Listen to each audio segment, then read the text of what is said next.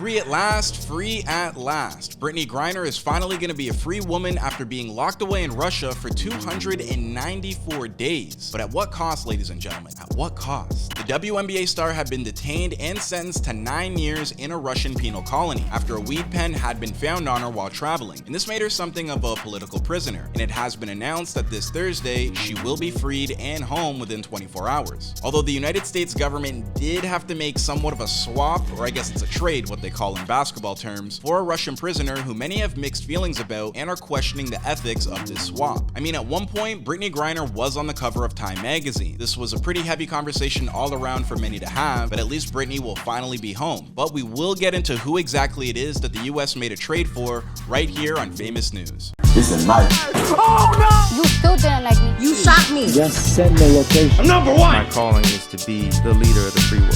So the Russian prisoner that was swapped for Brittney Griner was a man named Viktor Bout. Now, who is Viktor Bout? Well, he's an arms dealer known for selling and smuggling weapons to some pretty bad people. I'm sugarcoating when I say bad people. He had been locked up for almost 2 decades, and the Russian government has wanted him back for a while now. Now, I'll be honest, that little description I gave doesn't exactly explain who this man is and why people are so upset about this swap, because Viktor Bout isn't just some regular arms dealer. Like, let's be clear here, this is a man renowned by many as the biggest arms dealer in the world. His nickname is the Merchant of Death, or the Sanctions Buster. There's also been films loosely based on his life, such as the 2005 Nicolas Cage film, The Lord of War. So yeah, you see why some people may feel like this is a lopsided swap? I mean, Brittney Griner do be dunking on these women, but this guy literally is called the Merchant of Death here. Some people feel like it doesn't make a lot of sense to swap a basketball star for the world's deadliest arm dealer, or at least they feel like there were more deserving people, or that the US should have pushed for more, like Paul Whelan, who is a Marine that's been wrongfully detained in Russia since 2018 for alleged spying.